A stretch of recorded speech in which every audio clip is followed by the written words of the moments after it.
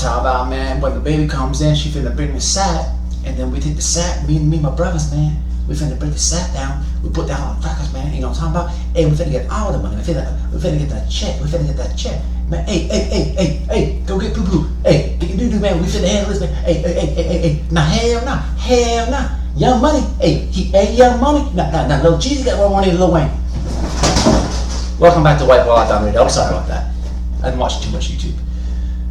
Okay, for this video, not my story. This is not my story, okay? I'm gonna tell you a story that is not mine, okay? But understand one thing. The person's story, who this is, I'm gonna bring on the channel because at the end of this story I'm about to tell you, I did something dirty, okay, to this person. It's very hard for me to do interviews. It just is. I work a lot of hours, man, and when I reach out to my people that I want to bring onto this channel, they have their own life. You got to do Zoom. People don't understand how to do the internet or the computer, this and that, or it's not compatible. It's a lot harder than what you think. So I have to bring everybody up to speed. I'm throwing this in my members section first because I've been holding out on this, and before we get into it, so I stop yapping. I just want everybody to understand this, man. When it comes to prison channels, before I started one, I watched. People will burn through their stories, all their war stories, all the good stuff. In the first week, 2 weeks, month, whatever, however they do it, but they all end up the same. They tell all their stories and then they go live, and talk about nothing and nothing. How much do I go live? I told y'all a long time ago, I ain't nowhere done. I'm not a dummy. And again, this is not my story, okay? This is not my story, okay? So when it comes to prisons here in Florida, say what you want and think what you want about the dude K-Frog. Look, he's not my best friend. We don't collab and make videos. I don't know him. Would I hang out with him? Probably not. I don't like the way he did his time in prison. I'm not hating on the dude. This is how I feel about it, but the dude was at a pretty hard camp. Charlotte CI here in Florida, it's ratchet, no doubt about it. It's ratchet. There's all the prisons suck. Let's be real, but every state has its worst prisons. You know, one of the worst that I know of is Martin CI, and that's where this story takes place. Okay, again, this is not my story. I'm just doing this to bring everybody up to speed, so when I have this guy on the interview, you guys kind of know a backstory of him. And he told me to go ahead and say this. Okay, dude's name is Jason. This dude's at Martin CI. Okay, dude's been in prison before. He did a 10-year bid, got out for some time, and then he caught another 3 years. Okay, so he's on 13 in total. Okay, he was not at Martin the whole time, but the second time he was in prison is where the story's at. So the dude's Jason. He's at Martin CI. He told me off top, you know, but doing YouTube, you know, I like hearing prison stories myself. Let's forget about YouTube. When I know somebody and I see somebody, I can recognize the tattoos, the way they're walking, the build that they have versus the average man out here. I already recognize off top that he's been to prison. I pick his brain out. I want to see how that camp was at. Just because I've been through the struggles, because I've been through all this, I want to know how his term was like versus what I went through. So this is the same conversation I'm having with Jason, and he's telling me when the bus pulls up, man, there's officers there, white dudes at this camp, they're checking it up top. It's just what it is. I'm just keeping it funky. You know, they got a line where it's a PC line. Right off the bus, they can go. It's your choice. He didn't do it. This dude is a hard-working dude, man. I know him very well. And again, I did something dirty to this dude, which ties into the story at the end. But he doesn't check in. He goes to the dorm.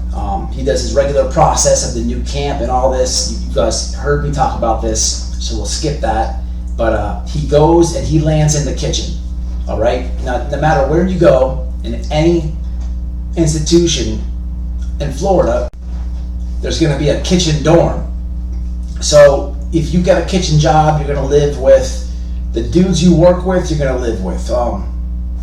You know, it's not any different than any dorm.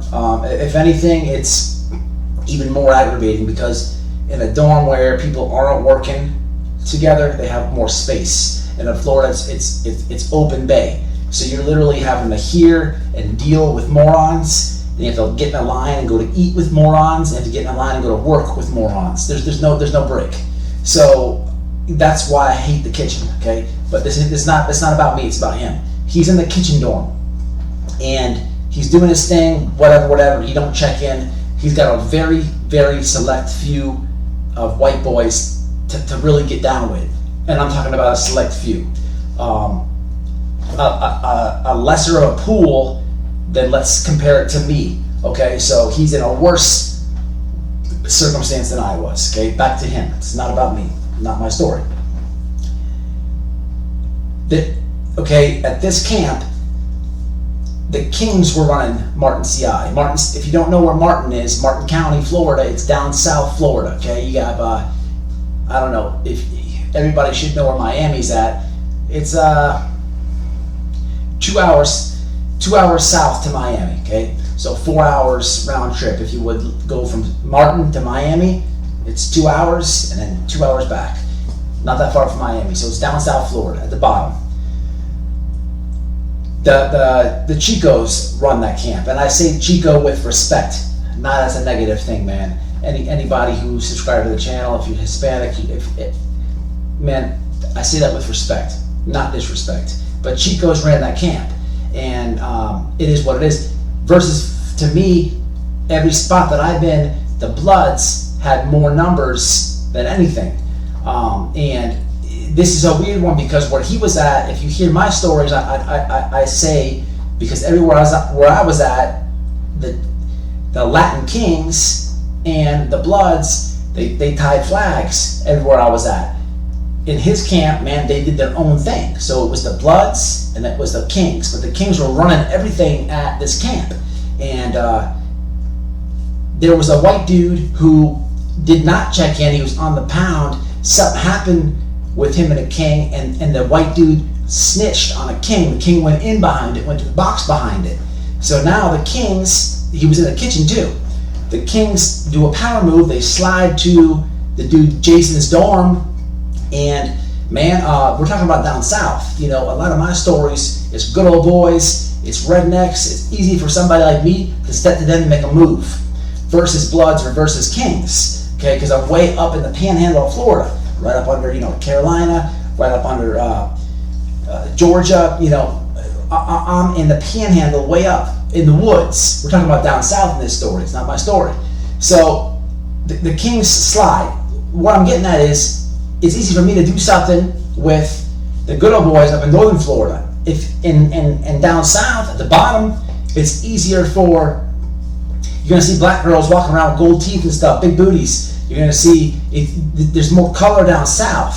So it's complete reverse to what I know. Okay, so the Chicos, they're locked in with the COs, man. And meat potatoes is they can slide how they want to slide. So in the kitchen, a white dude told on a King. They get word. They slide into this dude's dorm. Okay, the dude that told on the King poked up.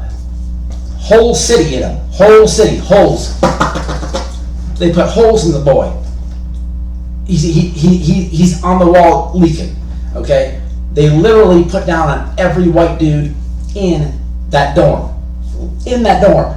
They're going around and just whooping them. I mean, this is a squad of Kings sliding in this dorm. The snitch, he's already dealt with. The CO's up on this. He's letting the Kings do this. This is not their dorm, so they're gonna do what they do and slide out. And that now the dorm has to deal with the consequences unless they want to stand up to the Kings, which is not good because they're running the pound.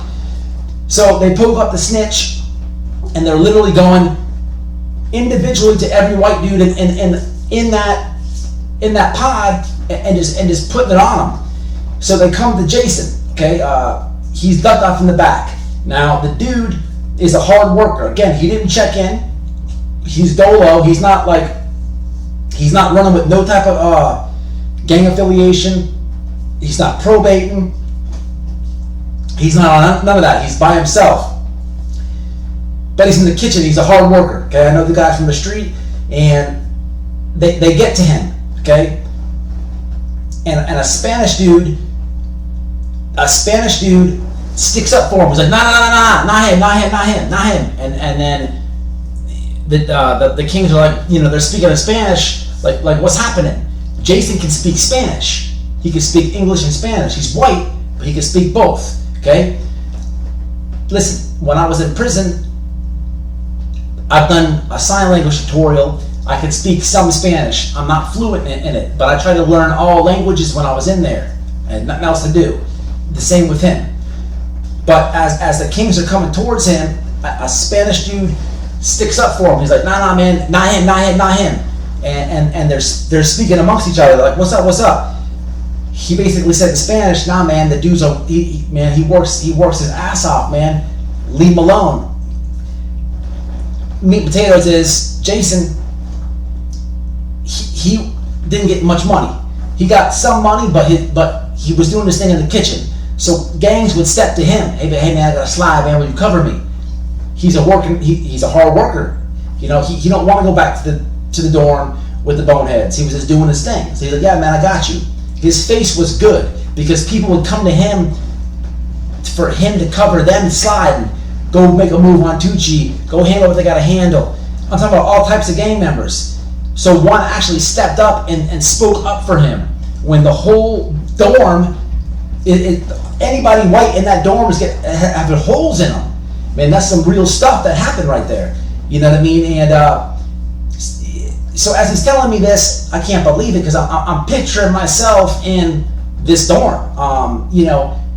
It's crazy, man. That'd have been tough, and his face was good with all gangs though. I mean, so just imagine him for a second though. He had to literally see all this go down, then coming at him and another race sticks up and saves his face. Then his heart is probably still beating as he's seeing these dudes get lifted up out of there. Man, that's crazy, man. But that's his story, okay? And I said it real fast. I probably missed a lot of details, but I keep it real on here. I just want to get it out there. The meaning and the meaning behind this one is this dude I know from the street. When he went to prison and I went to prison, we had a big fallout, and look, I took advantage of it, man. So we were in prison at the same time, and he was down south and I was up north.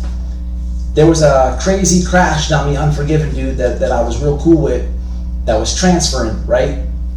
And I knew that he was in Martin, and man, I put a hit on that dude, Jason, and the dude ate it up. So I knew that the Unforgiven was going to go where he was. You know what I mean? So hey, look, dirty deeds done cheap, man. So the transfer bus comes and the Unforgiven gets on there and takes off. About a week goes by, and I instantly regretted it, man, because it really wasn't that serious, man, but my head was just in a bad place, and if anything, man, I wish I wouldn't have done that, because I don't know what's going to happen. This dude, I knew he was a crash dummy at the camp that I was at, and I knew he was capable of, so that's why I made the hit through him. But the dude that put the hit on, it wasn't that serious, man. It really wasn't that serious, man. At the end of the day, it was over a female. And I'm thinking, like, man, he can lose his life behind this, and many other things. Maybe, and I know his people. You see what I'm saying? So it was messed up on me, man. I'm just keeping it funky, okay? But at the end of the day, the whole end situation of that, what had happened was, dude did get to his camp, and dude did step the dude. But just like when the Kings ran down on him, and dude saved his face, I guess they were going to go through it from behind what I did, but it was over some. It got downplayed, man, because Dude went to go crash him off my face, but Jason didn't buckle down. They were just going to war behind it. And dude's just trying to make a name for himself, getting transferred. But hey, look, it didn't happen. But I'm glad it didn't go down like the way. Look, they fought behind it and all that, but I'm just glad nobody got poked up, because I've actually spoken to this dude after I get out. And again, it's behind a female, man. And it's not like she was keeping it 100 with me or nothing like that. So it is what it is. I'm just keeping it real. Nobody got poked up. They got separated. The crash dummy ended up going in behind it, and the meat potatoes of me telling you his story and then me telling you this end part of it is I will be having him on an interview, and it's hard to get people to do this, man. It's, you know, just like I talk about, I'm not going to burn through my stories and this and that. It's tough for me to bring people on here, coordinate. I got to work a lot of hours. Y'all already know. It's just tough. Hey man, let's do a Zoom thing. I don't have Zoom. This computer is not compatible with this and that. I can't do it. I got busy. You know, you make a time and a date and people can't do it. It happens all the time. It's a big reason why I say no to subscribers when I want to do an interview, because 95% of the time that happens. If you only really knew, it's not as easy as it looks. I'm not saying that it's not easy to do. It's hard to get people to just tie in to do this for y'all, but I try. But now you're brought up, man. Look, if I could take it back, I would have took it back. I'm glad it can go to the level that I wanted it to. It was behind a girl. I know it sounds stupid. Look, my head was messed up. I'm in a place where, look, I got PTSD, man. I got ADD. Look, at least I got AIDS. On that one, I'm out of here, man. Don't judge. Until the next one, man. Stay out, stay safe, stay solid, stay smart, stay 10 steps ahead. Stay solid, man.